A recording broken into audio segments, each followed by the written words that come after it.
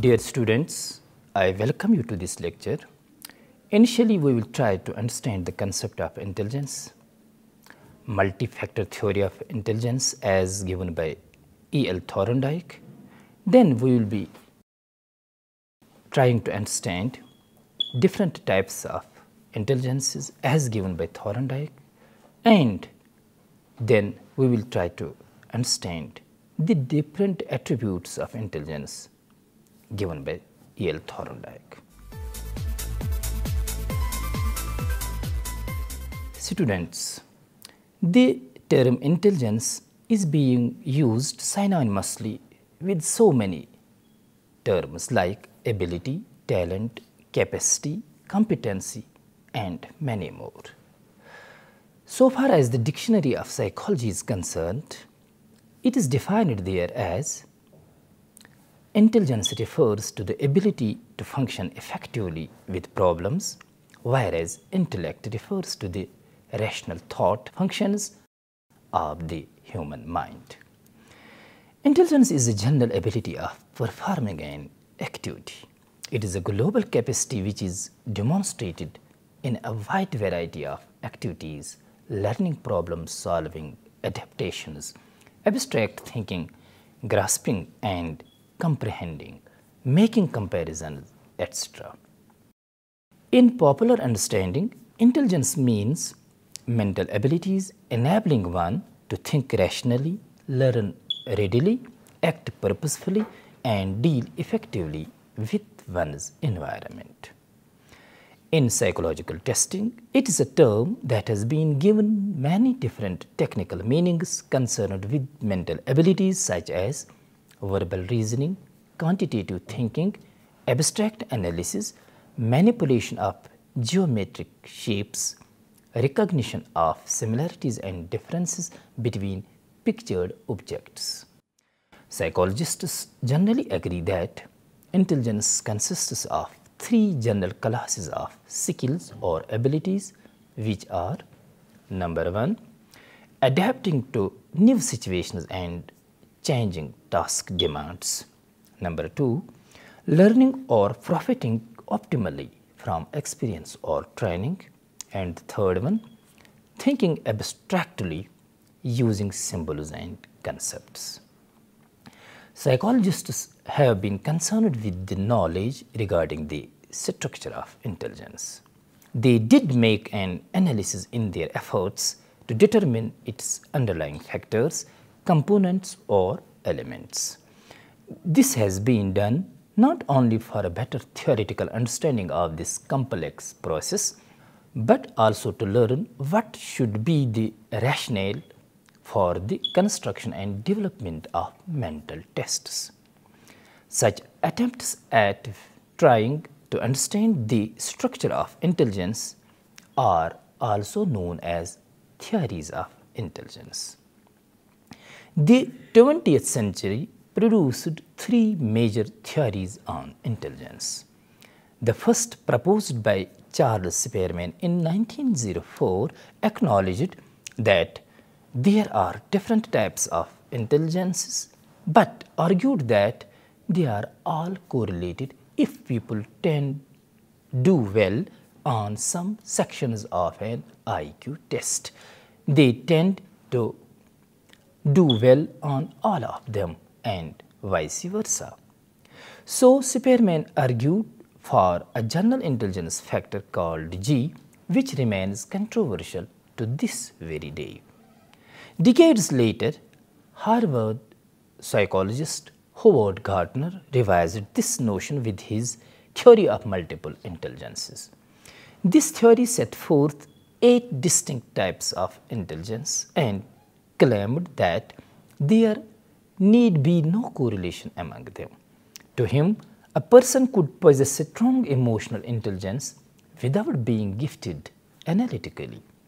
Later in 1985, Robert Sternberg put forward his triarchic theory of intelligence, which argued that previous definitions of intelligence are too narrow because they are based solely on intelligences that can be assessed in IQ test. Instead, Sternberg believes that types of intelligences are broken down into three subsets. It is analytic, creative, and practical. Now, let us go through the anarchic theory or multifactor theory of intelligence as given by Edward Lee Thorndike. E. L. Thorndike, who was an American psychologist, propounded this theory in 1920. He, as a behaviorist, thought of mental acts as constituted of minute elements operating together. E. L. Thorndike thought that intelligence was neither a unitary quality nor a composed of two factors of Charles Edward Spearman or group factors as given by Louis Leon Thurston.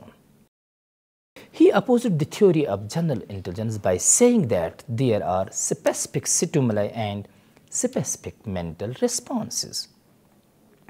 Intelligence is nothing more than potential specific connections between these stimuli and responses. Differences of intelligence among people are due to the different number of such connections in the neurological system. Intelligence is said to be constituted of a multitude of separate factors or elements, each one being a minute element of ability. Any intellectual activity is dependent upon a great number of these minute factors operating together. Since this theory considers intelligence as a combination of numerous separate elements of factors, each one being a minute element of an ability, it is also known as atomic theory of intelligence. It can be stated that intelligence is the sum total of all the specific capacities with regard to every separate act. Intelligence is a host of highly independent factors. Terming it differently, Edward Lee Thorndike assumes that intelligence is in fact a composed of various abilities, and hence the assumption of G factor is a non-existent concept. E. L. Thorndike's theory is also known as synthetic theory of intelligence because, according to this theory, intelligence is a combination or synthesis of multiple ability factors. Clarifying his position, Edward Lee Thorndike has stated in his famous book Educational Psychology that the mind is a host of highly particularized and independent faculties. Intelligence, according to him, is the sum total of various such smaller independent faculties, and each such faculty is related to some kind of cognitive functions, and intelligence as we measure and describe is a synthesis of all such smaller abilities.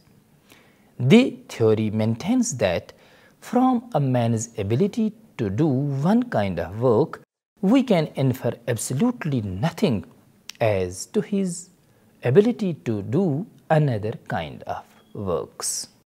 If a boy is good in literature, we can judge absolutely nothing about his ability to study chemistry, even in scientific subjects, if they are unrelated to each other. From one's ability to do well in one subject, one can say nothing whether in another subject he would do equally well or not. As regards intercorrelations between different factors of intelligence, Thorndike assumes that this correlation owes mainly to commonalities of abilities. To understand it, let us take an example. Suppose there are two tasks, task A and task B. Performance of task A requires the abilities 1, 3, 4, 7, 8, 10 and 13, while task B involves abilities 2, 3, 6, 7, 9 and 10. Now, since certain abilities, For example, 3, 7 and 10 are commonly involved in both the tasks. Possibilities of high correlations between the two exists. As the number of common abilities is increased, higher intercorrelations may be obtained. E.L. Thorndike believes that in almost every intellectual task, some of the abilities are common, and this causes the intercorrelations between different subtests of an intelligence test. Therefore, if performances on any two intellectual activities are positively related, it is due to the number of common elements involved in the two activities.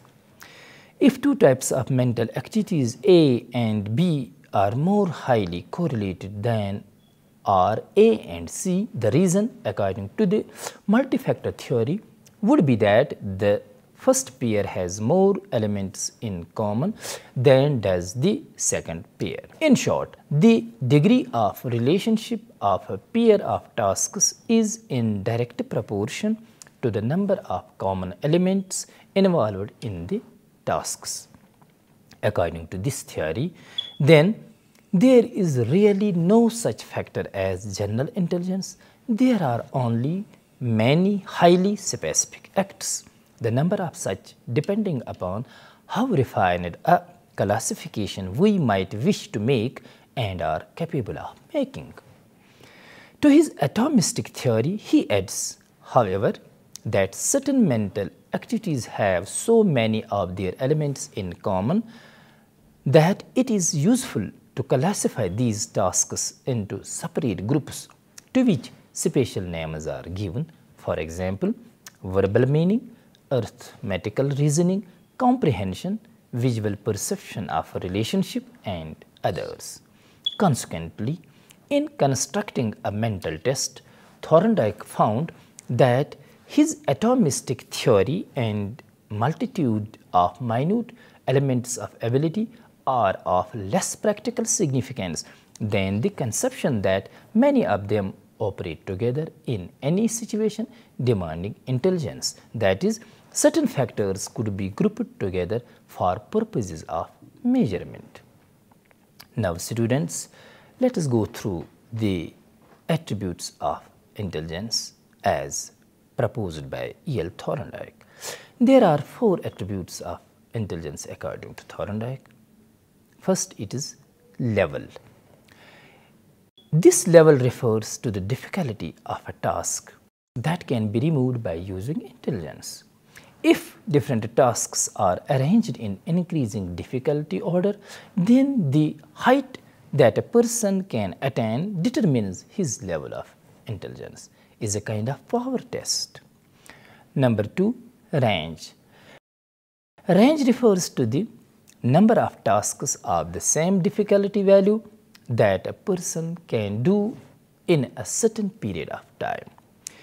Theoretically, an individual possessing a certain level of intelligence should be able to solve the whole range of tasks at a given level. It is a kind of speed test. Range and level cannot be completely isolated from each other. We cannot measure range without altitude, that is level, and vice versa. Number 3, area.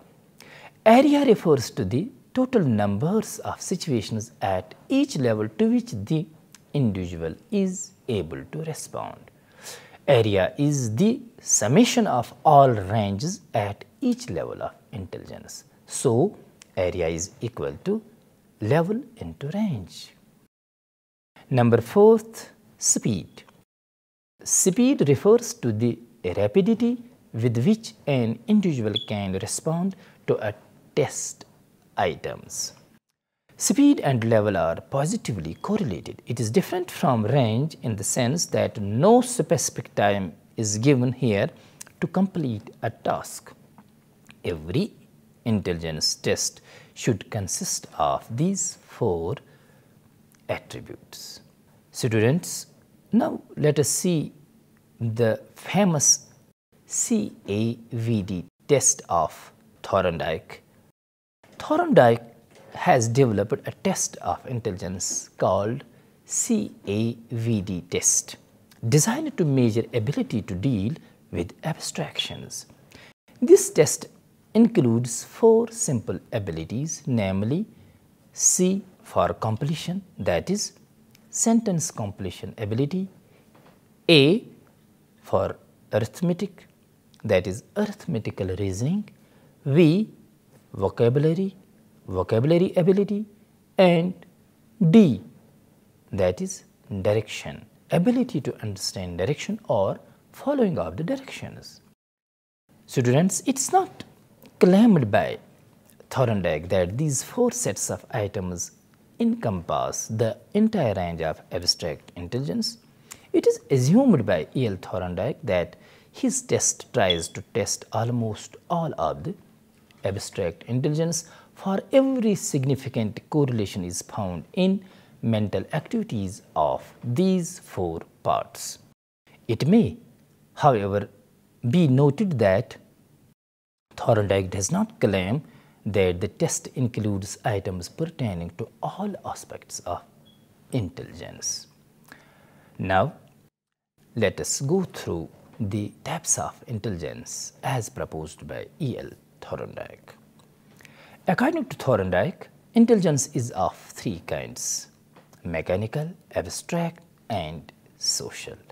Thorndike is of the view that intelligence does not consist of general and specific abilities only, but it includes several abilities like attention, retention, memory, recognition, organizing capacity, deductive and inductive reasoning, and capacity of learning and knowledge, etc. These are all necessary aspects of intelligence. According to him, intellectual work is controlled by a complex nervous system, and the nervous system works in so many divergent ways that it cannot be considered as a sum total of general ability and several specific abilities. E.L. Thorndike has classified intelligence into 3 main categories, namely social intelligence, concrete intelligence, and abstract intelligence. So far as the social intelligence is concerned, it is the ability of an individual to deal effectively and efficiently with his social and cultural environment.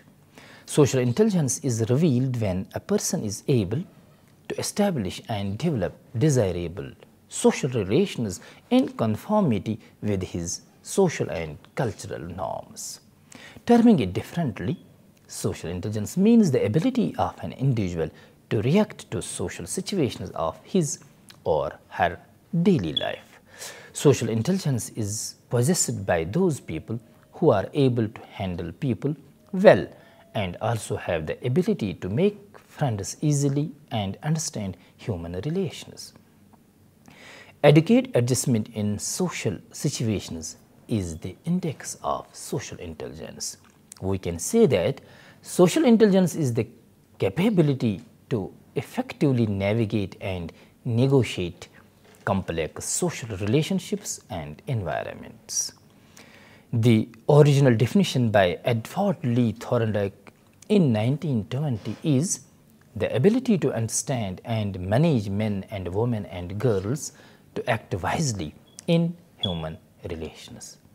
It is equivalent to interpersonal intelligence, one of the types of intelligence identified by Howard Gardner in his theory of multiple intelligences.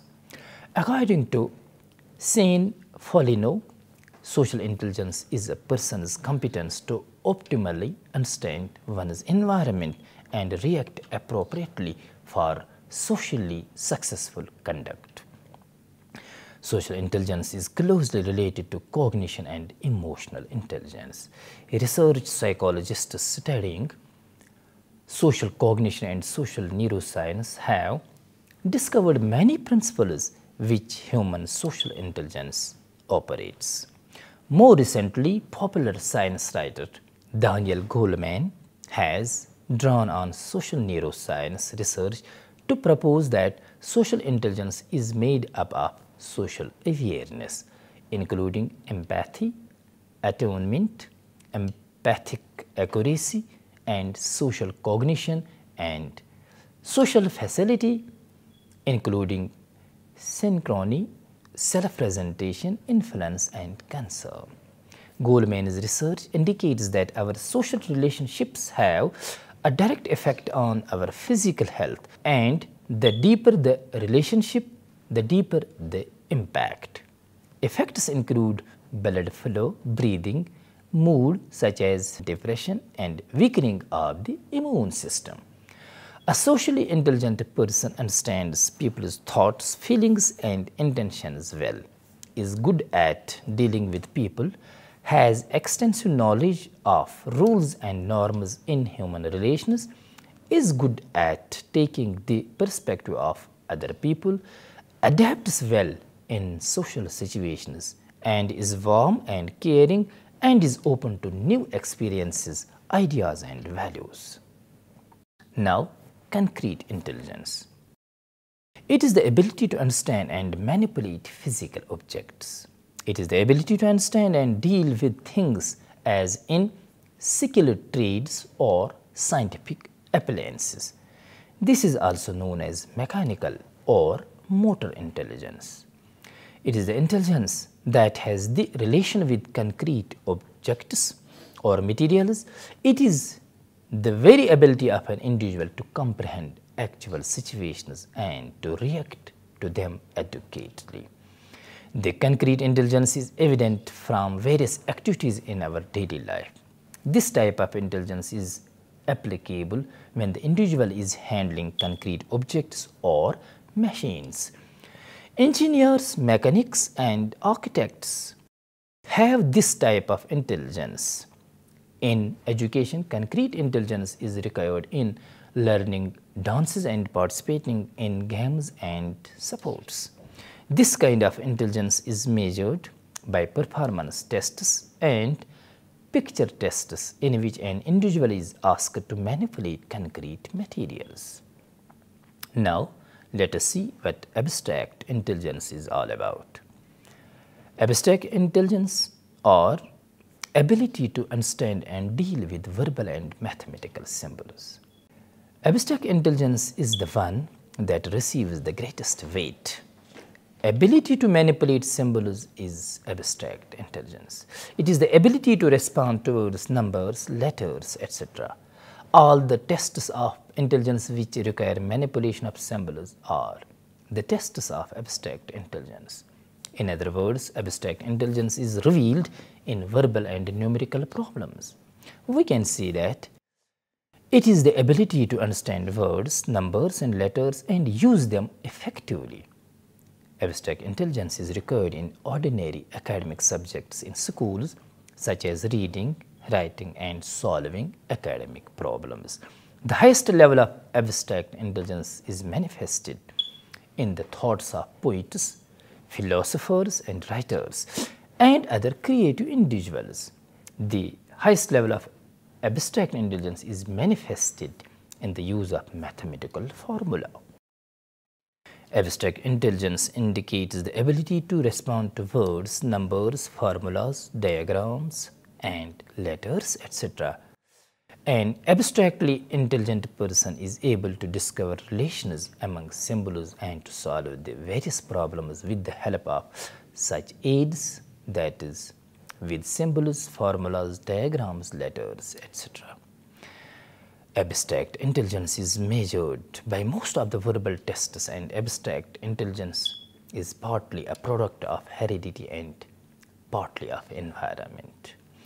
Concrete intelligence is measured by performance tests and to some extent by the tests involving pictures rather than words. In fact, although Thorndike has divided intelligence into three main categories, yet in real sense, all types are more or less interrelated. Some people may have more abstract intelligence than the mechanical and social intelligence, or some may have more mechanical intelligence than the abstract and social intelligence. Psychologists have found that abilities are positively related. The abstractly intelligent scientist may not be a skilled mechanic, but he or she is likely to be better than the average in mechanical sense and so forth. Students, to conclude, it becomes imperative to say that Thorndike did not believe in anything like general intelligence. There is no such factor as G, but a number of highly specific factors are there. Each intelligent behavior requires the operation of these specific factors acting together. Thus, Thorndike believed that highly specific factors of intelligences acting together in their permutations and combinations produce different intelligent behaviors. According to him, there is no general intelligence but a number of specific intelligences. Often, he has been criticized for propounding this atomistic theory of intelligence. Thorndike developed an intelligence test called CAVD test. The test consists of 4 parts: sentence completion, arithmetical reasoning, vocabulary, and following direction. He distinguished the 4 attributes of intelligence, that is level, which refers to the level of difficulty of a task that can be solved; range, that refers to a number of tasks at any given degree of difficulty; area, that refers to the total number of situations at each level to which the individual is able to respond; and speed, which is the rapidity with which we can respond to the items. Dear students, it was all for today, hoping that you might have enjoyed this session. Thanks.